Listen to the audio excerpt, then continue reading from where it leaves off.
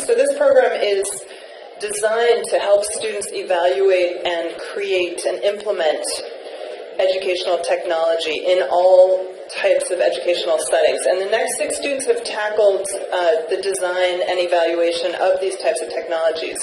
I think you'll find these very creative and interesting projects. I'm not going to give too much away. Instead, I'm going to turn the mic over to Abby, our first presenter. Hi, my name is Abby Adams, and I designed a storytelling application and accompanying website for refugee children to help them learn early literacy skills. Hi, everyone.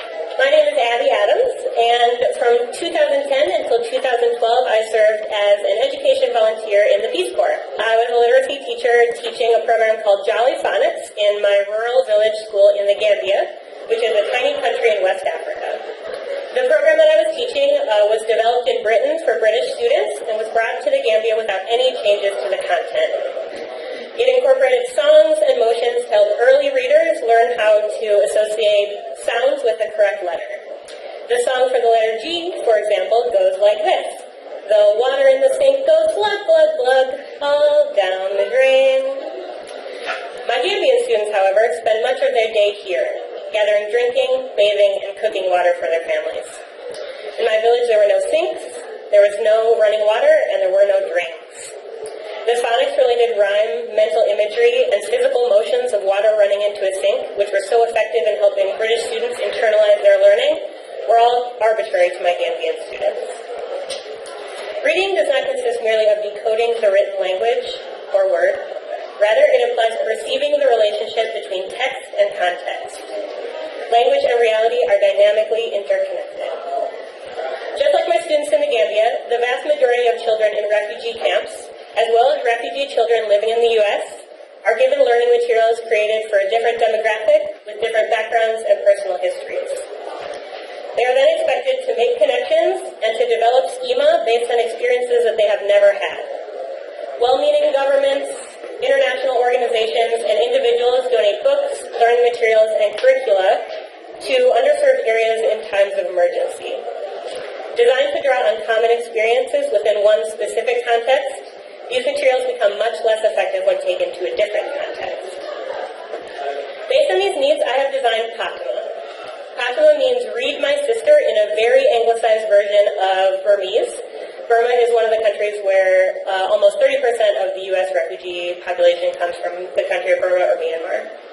Patama, which I have designed, is a tablet-based application and accompanying website designed to crowdsource early literacy materials for refugee children both in the U.S. and abroad. Most refugee children arrive to the U.S. with very little or severely interrupted formal education. If they have been taught to read or write, it is likely in a language other than in English, although many have no experience with an alphabetic system whatsoever. On average, refugees spend about 17 years in a refugee camp before being resettled in their new country. Based on these statistics, the average refugee child has lived their entire life in a refugee camp. These camps are uncertain places where the major worries lie in access to food, clean water, and shelter rather than in education. Patama is designed for refugee students ages 8 to 10 years old. If these students were put in the correct grade in a U.S. classroom, they would not receive any direct phonics instructions based on the Common Core state standards for grades 3 through 5. After grade 2, the focus for students to learn to read flips, and children are then expected to read to learn, with the focus being on comprehension and building vocabulary. At this point in their education, not having that basic foundational reading skills becomes detrimental to a child's ability to ever perform at the level of their classmates. Patama addresses these gaps in literacy skills by having students write stories based on phonemes.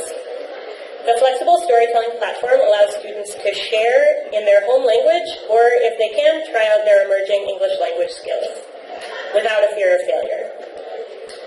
As students build their alphabetic and phonemic knowledge by constructing alphabet books, they are also creating shareable mini-lessons on phonemes and the English language. These stories can be uploaded by teachers or parents of the refugee child, and then later can be downloaded by other people who work with refugees of that same cultural background, such as UN workers, international volunteers, or U.S. teachers. In this way, the knowledge and experience of one child will go on to help a multitude of refugees abroad who are struggling to make meaning for materials that were designed without their unique backgrounds in mind. Knowledge shared is knowledge multiplied. By providing one student the opportunity to tell their story in an engaging and fun way, Patama can provide culturally meaningful content to the world's refugee children. In this way, individual children can make big strides in helping others learn to decode and make their own meaning from the world around them. Thank you very much.